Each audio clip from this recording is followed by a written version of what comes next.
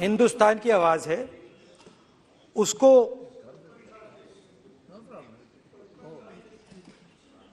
गहराई से सुनने का मौका मिला।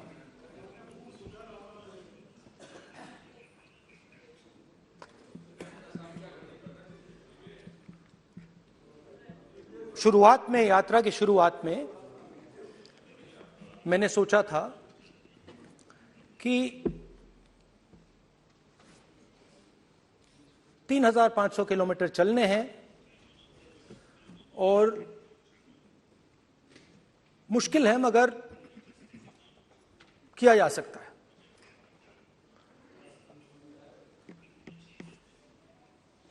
आप भी राजनेता हो, हम भी राजनेता हो हैं, हाँ सेवक कह लीजिए। और नॉर्मली आजकल की राजनीति में जो हमारी पुराना ट्रेडिशन था पैदल चलने का, वो आजकल हम सब लोग, हम भी आप भी, उस ट्रेडिशन को शायद भूल गए या उसका हम पालन नहीं करते। मैं भी उसमें शामिल था, आप भी उसमें शामिल हैं। हम सब, कोई गाड़ी में जाता है, कोई हवाई जहाज में जाता है, कोई हेलीकॉप्टर में जाता है, मगर पैदल कम चलते हैं। ठीक है, ठीक है। और जब पैदल चला जाता है, हाँ पैदल जाएंगे, सब जगह पैदल जाएंगे, घबराइए मत। तो जब पैदल चला जाता है,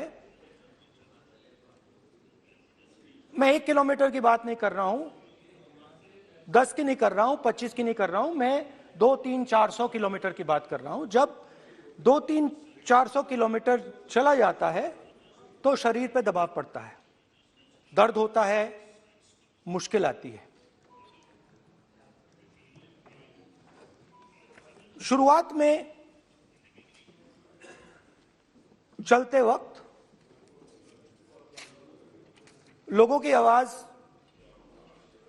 सुन रहे थे हम, मगर हमारे दिल में यह भी था कि हम भी अपनी बात रखें। कोई हमारे पास आता था, कहता था कि मैं बेरोजगार हूं, और हमें लगता था कि नहीं, हमें कहना चाहिए कि तुम बेरोजगार क्यों हो, कारण क्या है। उसमें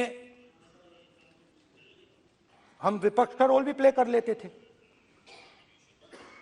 आपकी भी बुराई कर देते थे।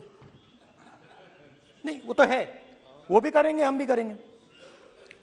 मगर थोड़ी देर चलने के बाद एक बदलाव आया, और जो हमारी आवाज थी, जो ये डिजायर था बोलने का कि भैया बेरोजगारी इसलिए है, महंगाई इसलिए है, वो बिल्कुल बंद हो गई। क्योंकि हमने इतने लोगों से बात की,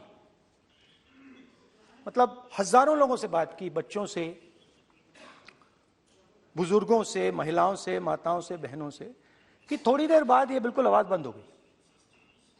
और फिर हम गहराई से, और मैं खुल के कह सकता हूं, मैंने तो अपनी जिंदगी में इस प्रकार से कभी पहले सुना ही नहीं था। क्योंकि हम सब में थोड़ा सा अहंकार होता है कि हम ही बता दें, अपनी बात रख दें।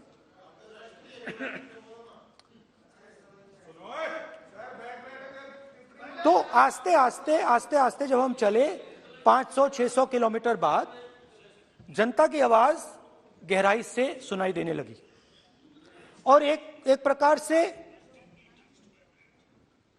यात्रा, इंडिविजुअल्स नहीं, यात्रा हमसे बोलने लगी,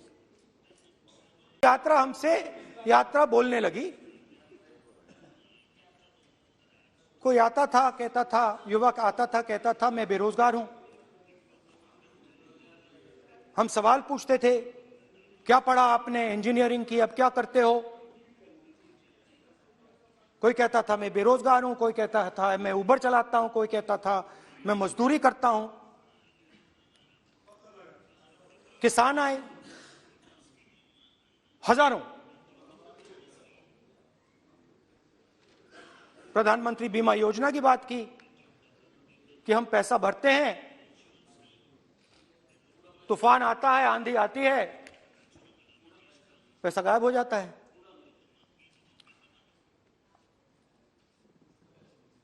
किसानों ने यह भी कहा कि हमारी जमीन छीन ली जाती है, हमें सही रेट नहीं मिलता, जमीन अधिग्रहण बिल जो था वो लागू नहीं होता। आदिवासियों ने कहा, वनवासियों ने नहीं, आदिवासियों ने, कि जो ट्राइबल बिल में हमें दिया जाता था वो आज छीना जा रहा है। तो बहुत सारी चीजें हमको सुनने को मिली, मगर मेन थ्रस्ट अगर मैं कहूं, मेन थ्रस्ट बेरोजगारी, महंगाई और किसान। उसमें एमएसपी थी, उसमें बीज की समस्या थी, किसान बिल की समस्या थी।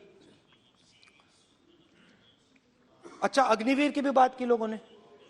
आपने अभी बोला कि अग्निवीर देश को फायदा पहुंचाएगा, मगर हिंदुस्तान का युवा जो 4 बजे दौड़ता है, आर्मी में भर्ती होने के लिए दौड़ता है, वो आपकी बात से सहमत नहीं है। उनने हमसे कहा कि पहले हमें 15 साल की सर्विस मिलती थी, पेंशन मिलती थी, अब 4 साल के बाद हमें निकाल दिया जाएगा, कुछ नहीं मिलेगा, पेंशन नहीं मिलेगी। सीनियर ऑफिसर्स ने कहा कि हमें तो लगता है कि ये जो अग्निवीर योजना है ये आर्मी के अंदर से नहीं आई, ये कहीं और से आई है, ये आरएसएस से आई है, होम मिनिस्ट्री से आई है। ये सीनियर आर्मी के लोगों ने कहा है, मैं नहीं कह रहा हूं, कि हमें लगता है कि ये आर्मी के ऊपर ये योजना थोपी गई है और ये आर्मी को कमजोर करेगी। आर्मी के जनरल्स ने हमें कहा, जो रिटायर्ड हैं, उन्होंने हमें कहा, राहुल जी, हजारों लोगों को हम हथियार की ट्रेनिंग दे रहे हैं और फिर थोड़ी देर बाद उनको समाज में डाल रहे हैं। बेरोजगारी है, समाज में हिंसा बढ़ेगी।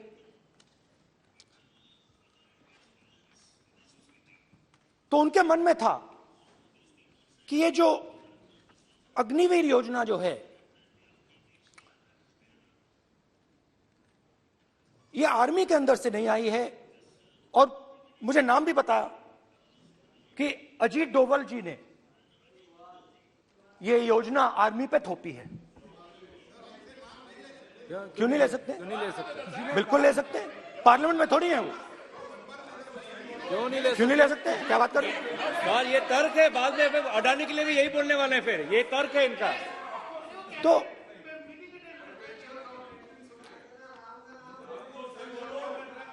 इंटरेस्टिंग बात यह है कि मैंने फिर प्रेसिडेंट्स एड्रेस पढ़ा। देश के सब युवा अग्निवीर अग्निवीर अग्निवीर अग्निवीर बोल रहे हैं, कह रहे हैं कि ये आर्मी के ऊपर थोपा गया है, हमें नहीं चाहिए। आर्मी के लोग कह रहे हैं हमें नहीं चाहिए। जैसे मैंने कहा, आर्मी को लगता है कि होम मिनिस्ट्री ने इनके ऊपर थोपा है, आरएसएस ने ये उनके ऊपर थोपा है। तो ये आवाजें आ रही हैं। अब मैंने आपका बैठिए,